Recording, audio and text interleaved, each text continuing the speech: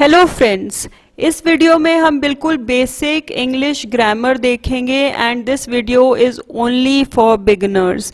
मतलब कि जो बिल्कुल स्टार्टिंग से या फिर ज़ीरो से इंग्लिश सीखना चाहते हैं तो ये वीडियो सिर्फ उन्हीं के लिए है।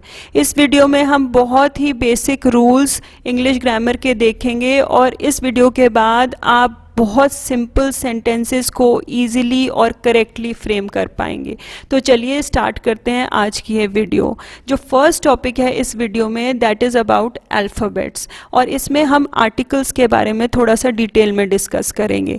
अब हम सबको पता है कि हमारे पास अल्फ़ाबेट्स होते हैं 26, that is A to Z alphabets होते हैं और इसको हम दो कैटेगरीज में डिवाइड करते हैं जिसमें कि 5 वॉवल्स होते हैं। अब वॉवल्स कौन कौन से होते हैं? That is A, E, I, O and U।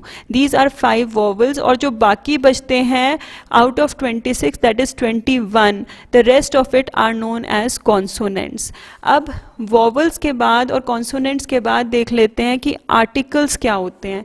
Articles हमारे दो तरीके के होते हैं। Let us right over here. यहाँ पर जो पहले आर्टिकल होता है that is indefinite article and the second article is definite article. जो इनडेफिनेट आर्टिकल होता है उसमें ए या फिर एन होता है और जो डेफिनेट आर्टिकल आता है उसमें द होता है। अब इनडेफिनेट आर्टिकल्स में हम ए और एन ले लेते हैं। एक बहुत जनरल रूल है जो हम बिल्कुल बचपन से करते आ रहे हैं कि जो एन आर्टिकल है वो उन्हीं वर्ड्स के आगे लगता है जिसमें जो कि वॉवल से शुरू हो रहे हैं, जैसे कि ऑक्स या फिर ऑरेंज या फिर एस, एलिफेंट। तो ये सारे के सारे वॉवल से शुरू हो रहे हैं। तो यहाँ पर आप जो आर्टिकल लगाएंगे that is an ox, an orange, an S.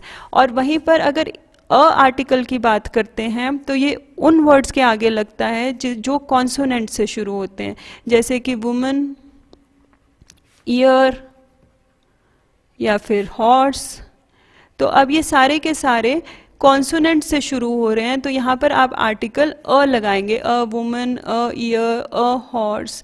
तो इतना आपको क्लियर हो गया। अब इस केस में जो डेफिनेट आर्टिकल है दैट इज द हमारा डेफिनेट आर्टिकल हो जाता है और डेफिनेट आर्टिकल एक स्पेसिफिक नाउन के आगे ही लगता है। अब इसको थोड़ा डिटेल में देख लेते हैं। ए और एन के कुछ एक्सेप्शंस भी होते हैं और द देख लेते हैं कि किस चीज़ में लगा है। तो इसके लिए मुझे एक स्लाइड चाहिएगी। अब यहाँ पर हम लिख लेते हैं कि जो हमारा आर्टिकल है एन के साथ जो एक्सेप्शन लगती है वो साउंड की लगती है। जैसे कि अगर किसी में एम का साउंड आ रहा है या फिर अगर किसी केस में एच साइलेंट है तो इस केस में एन लगेगा। जैसे इस केस में देख लेते हैं कि अगर आर है, आर में एच साइलेंट रहता है, ओ से शुरू होता है, जैसे ऑनेस्ट, ऑनरेबल या ऑनर। तो इस केस में ओ से शुरू हो रहा है तो यहाँ पर बेशक ये कॉन्सोनेंट से शुरू हो रहा है वर्ड, पर जो साउंड है वो ओ की आ रही है तो यहाँ पर एन लग जाएगा। An R, an honest, an honour. और वहीं अगर एम की अगर साउंड आ रही है जैसे एम ए, एम फिल या फिर एम एल ए, तो इस केस में एन लगेगा। बेशक ये एम से शुरू हो रहा है पर साउंड इसमें ई की आ रही है तो इस केस में जो आप आर्टिकल लगाएंगे वो एन लगाएंगे। एंड सिमिलरली इसके साथ एक और एक्सेप्शन है that is of X-ray. X-ray में जो साउंड आ रही है एक्स, ई की साउंड आ रही है तो इस केस में भी जो आर्टिकल लगेगा वो एन लगेगा। अब दूसरा हम एक्सेप्शन ले लेते हैं ऑफ ए आर्टिकल। अब ए आर्टिकल में भी अगर जो साउंड है वो अगर यू की आ रही है या फिर वा की साउंड आ रही है तो इन दोनों केसेस में ए आर्टिकल लगता है, जैसे कि यूनिवर्सिटी। अब हम बात करें अगर वॉवल्स की, हमें पता है कि यू एक वॉवल है तो इसके आगे एन लगना चाहिए, पर यहाँ पर साउंड वाई की आ रही है तो इसमें जो आर्टिकल लगेगा वो ए लगेगा। जैसे अ यूनियन, तो यहाँ पर भी यू की साउंड आ रही है तो अ आर्टिकल लगेगा। और अगर वा की साउंड आ रही है जैसे कि वन में व की साउंड आ रही है तो इस केस में अ लगेगा। बेशक ये वोवल है पर फिर भी इसमें अ लगेगा, जैसे a one rupee note, a 1 rupee note, या फिर a one eyed man, a one eyed man, तो इस केस में आर्टिकल लगेगा ए। तो ये आपने एक्सेप्शंस इसमें याद रखने हैं कि एक्सेप्शंस कौन कौन से हैं ए और एन में। अब हम द आर्टिकल की बात करते हैं। द आर्टिकल एक डेफिनेट आर्टिकल है। अब अगर कोई भी ऐसा नाउन है जो शुरू में इनडेफिनेट है, अगर कोई भी नाउन, आप प्लीज़ ध्यान से सुनिए कि कोई भी नाउन शुरू में इनडेफिनेट है तो वो सेकंड सेंटेंस में वही नाउन डेफिनेट बन जाता है। जैसे कि अगर मैं एक एग्जाम्पल ले लेती हूँ, I will write an example over here कि I met a boy, I met a boy, और फिर लिख लेते हैं कि द बॉय वॉज इंटेलिजेंट। ठीक है, एक सिंपल सा हमने सेंटेंस लिख लिया कि मैं एक लड़के से मिली और वो लड़का बहुत इंटेलिजेंट था। अब यहाँ पर देखिए बॉय नाउन है, ठीक है, इसके साथ अब यहाँ पर जो आर्टिकल लगा है शुरू के केस में ए लगा है और दूसरे केस में जो आर्टिकल उसी नाउन के साथ मैंने लगाया है द। अब यहाँ शुरू में इनडेफिनेट है ये, और सेकंड केस में जो आर्टिकल लगा है वो डेफिनेट लगा है। तो पहले केस में जो नाउन इनडेफिनेट होता है वो सेकंड केस में डेफिनेट बन जाता है। मतलब मैं जो बॉय को रेफर कर रही हूँ वो इस वाले स्पेसिफिक बॉय को ही रेफर कर रही हूँ, मैं सब बॉयज़ को रेफर नहीं कर रही। तो यहाँ पर आपका जो आर्टिकल लग गया वो द लग गया। तो आई होप कि आपको आर्टिकल्स क्लियर हो जाएंगे। अब नेक्स्ट बात कर लेते हैं हम नाउन्स की। नाउन्स हमारे क्या होते हैं? They are the naming words. Noun को हम हिंदी में क्या बोलते हैं? नाउन को हम हिंदी में बोलते हैं संज्ञा। अब संज्ञा को अगर हम डेफिनेशन वाइज देखें, that is the name of a person, place, animal और अ थिंग। नाउन को ब्रॉडली हम दो कैटेगरीज में डिवाइड कर सकते हैं। एक होता है हमारा प्रॉपर नाउन और दूसरा हो जाता है हमारा कॉमन नाउन।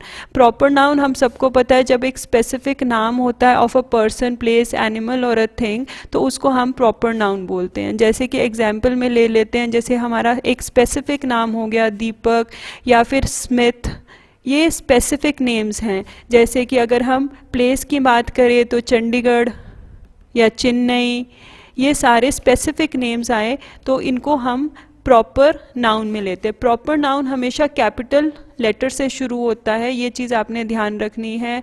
या फिर जैसे मंथ के नेम हो गए या वीक के नेम हो गए, ये सारे प्रॉपर नाउन में आएंगे और ये सारे कैपिटल लेटर्स से शुरू होंगे। वैसे ही अगर हम कॉमन नाउन की बात करते हैं, जो स्पेसिफिक नेम नहीं होते वो हमारे कॉमन नाउन में आते हैं। जैसे कि एप्पल, अब कोई एक स्पेसिफिक एप्पल तो है नहीं, बहुत सारे एप्पल्स हैं। वैसे जैसे एप्पल हो गया, स्कूल हो गया, कार हो गई, टाइगर हो गया, ये सारे के सारे आपके कॉमन नाउन में आ गए। तो दीज आर नाउन, और आपने याद रखना है कि नाउन संज्ञा को बोलते हैं and it is the name of a person, place, animal और अ थिंग। अब हर जगह हम नाउन नहीं यूज़ करते। जब हम सेंटेंस फॉर्मेशन करते हैं तो नाउन की जगह हम कुछ वर्ड्स लगाते हैं और उन वर्ड्स को हम बोलते हैं प्रोनाउन। प्रोनाउन को हम हिंदी में क्या बोलते हैं? इनको हम बोलते हैं सर्वनाम। So pronoun is used in place of noun. Now different types of pronouns are he, she and it. अब he is for मेल, अगर कोई लड़के के सेंस में यूज़ करेंगे तो ही यूज़ करेंगे और उसका मतलब होता है वह और उसे। और शी हम लड़की के लिए यूज़ करते हैं और उसमें भी इसका मतलब वह और उसे ही आता है। और इट का मतलब होता है यह। अब ये तीनों के तीनों जो प्रोनाउंस हैं ये सिंगुलर होते हैं। मीन्स जो इसके साथ जब वर्ब लगाते हैं, हम जब कभी सेंटेंस फॉर्मेशन करते हैं तो यहाँ पर सिंगुलर वर्ब लगती है। इसको भी हम आगे डिटेल में देखेंगे। फिर उसके बाद आ जाते हैं हमारे और pronouns, that is I, you, we and they. I का मतलब होता है मैं और मुझे, यू का मतलब होता है तुम और तुम्हें, वी इज़ हम या फिर हमें, और दे का मतलब है वे और उन्हें। और ये सारे प्रोनाउंस प्लूरल होते हैं। मीन्स जो इसके साथ वर्ब लगता है वो प्लूरल वर्ब लगता है। ये चीज़ आपने याद रखनी है कि ही, शी, इट के साथ सिंगुलर वर्ब लगेगा और आई, यू, वी, दे के साथ प्लूरल वर्ब लगेगा। अब इसके अलावा जो प्रोनाउंस होते हैं वो होते हैं third person pronouns. Third person pronoun हो गया हिम, हिम लड़के के लिए यूज़ होगा, और उसके इसका मतलब हुआ हर लड़की के लिए यूज़ होता है, उसके या उसकी। हिज भी इसका मतलब उसके होता है, और देम हो गया उनके। अब इसके अलावा जो और प्रोनाउंस होते हैं उनको हम बोलते हैं रिफ्लेक्सिव प्रोनाउंस। रिफ्लेक्सिव प्रोनाउंस या फिर एम्फसाइजिंग प्रोनाउंस वो होते हैं जिनके साथ आगे सेल्फ लगता है। जैसे अगर अब मैं हिम के साथ सेल्फ लगा देती हूँ तो बन जाएगा हिम सेल्फ, हर के साथ सेल्फ लगा दूंगी तो हर सेल्फ, और देम के साथ सेल्फ लगाऊंगी तो देम सेल्फ, और इट के साथ सेल्फ लगाऊंगी तो बन जाएगा इट सेल्फ। तो ये होते हैं हमारे reflexive pronouns. Okay, now the next topic which we'll be discussing is about verbs. Here we'll be discussing about basic verb. हमें पता है कि verbs क्या होते हैं. Verbs are action words, or they are the words which describe something about the subject, which say something about the subject, that is known as verbs. Verbs को हम doing words भी बोलते हैं, और हिंदी में इन्हें हम बोलते हैं क्रिया. क्रिया क्या होता है? किसी काम के करने का या होने का पाया जाने को हम क्रिया कहते हैं. जैसे कि सोता है, खाता है, पीता है, उठता है, जाता है, ये सारे एक्शन वर्ड्स हैं, ये वर्ब्स हैं. अब इधर हम सिर्फ बेसिक वर्ब्स पढ़ेंगे, that is, am, are, has and have. Now we have broadly categorise these verbs into two, that is first are singular verbs. singular verbs का मतलब हुआ कि अगर noun हमारा singular होगा तो जो इसके साथ verb लगा है वो भी singular ही होगा.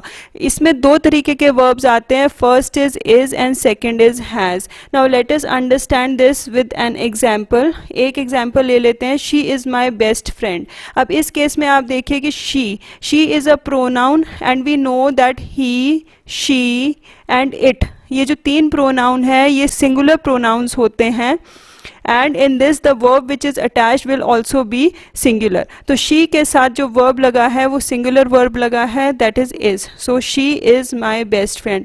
Late us see one more example which is very common, like he is happy. He is happy में he again is a singular pronoun, और इसके साथ जो वर्ब लगा है वो सिंगुलर वर्ब इज लगा हुआ है. तो ये सेंटेंस फॉर्मेशन हो गया, ही इज हैप्पी, वह बहुत खुश है, and she is my best friend, वह मेरी बेस्ट फ्रेंड है.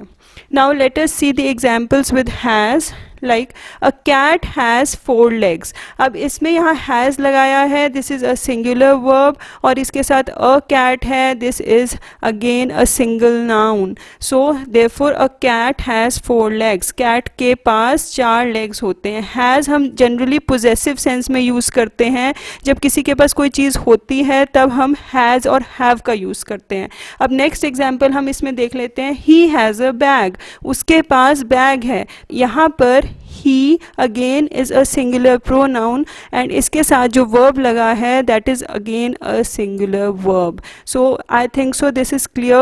Now let us move on to the second category, that is plural verbs. अब plural verbs दो होते हैं, the first one is are and second is have. अब इसमें भी वही चीज़ लगेगी कि अगर noun हमारा plural होगा तो इसके साथ जो verb लगेगा वह भी plural ही लगेगा.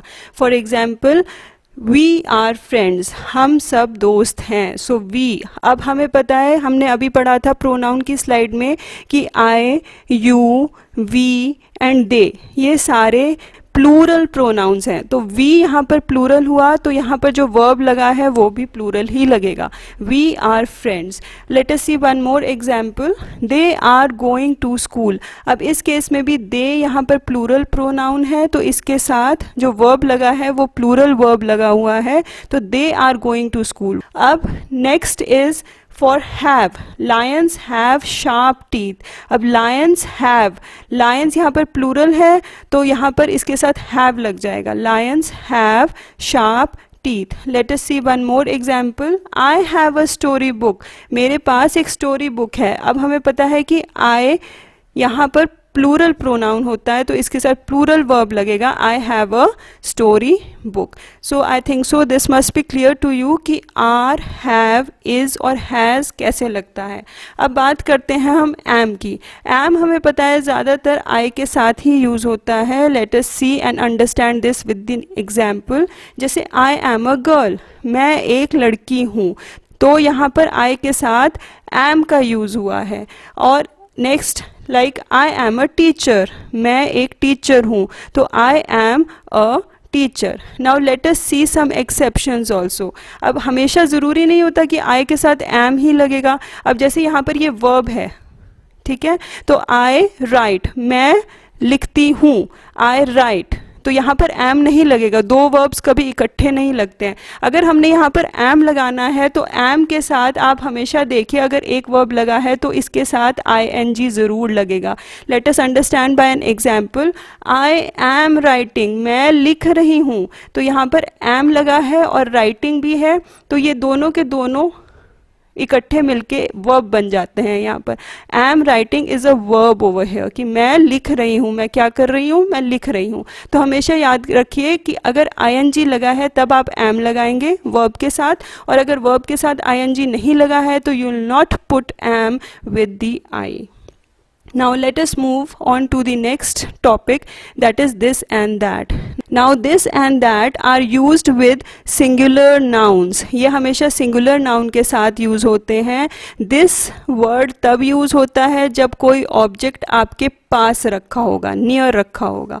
एंड दैट तब यूज होता है जब कोई ऑब्जेक्ट आपसे दूर रखा होगा, कि ये बिल्कुल जो चीज़ पास रखी है वहाँ दिस लगाएंगे, और जो चीज़ दूर होगी वो हम उसमें दैट लगाएंगे. And this and that are called demonstrative adjectives. These are called demonstrative adjectives.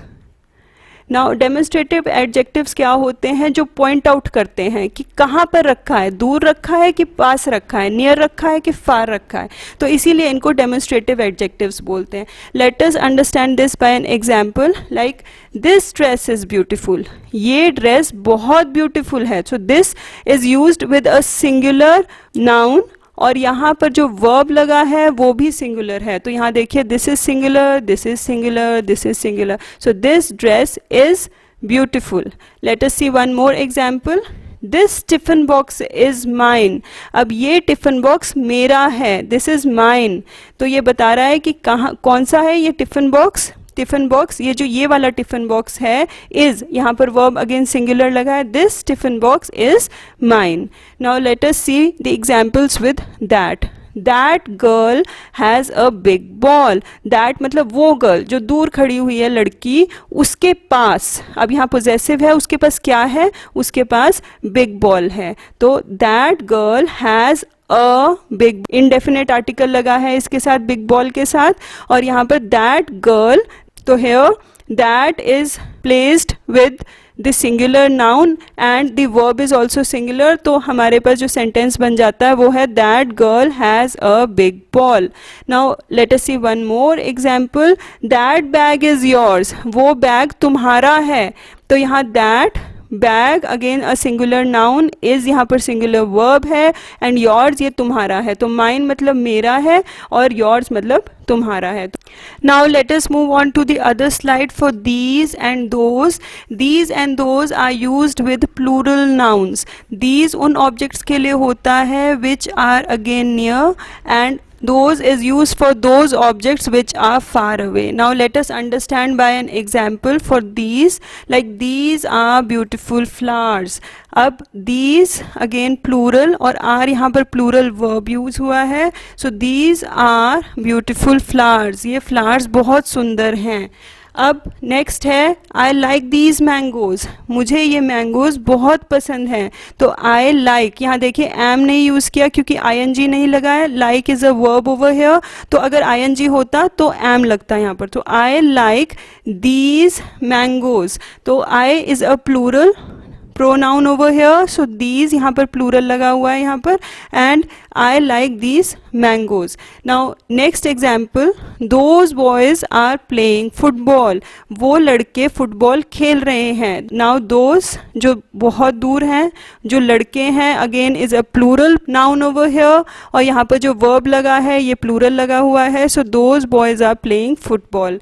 Now let us see one more example. I want those apples. I is a plural pronoun और those यहाँ पर plural लगा हुआ है. तो I want those apples. मुझे वो apples चाहिए. Want मतलब चाहिए. So I want those apples. So friends, this is a very simple exercise जहाँ पर 6 सेंटेंसेस आपको हिंदी में दिए हुए हैं. You just have to convert them into English based on the concepts which we have discussed in this video in detail. और I hope कि आपको ये वीडियो पसंद आई होगी, and if you find it useful please do hit the like, share and subscribe button. And bye bye until we meet in the next video. Thank you.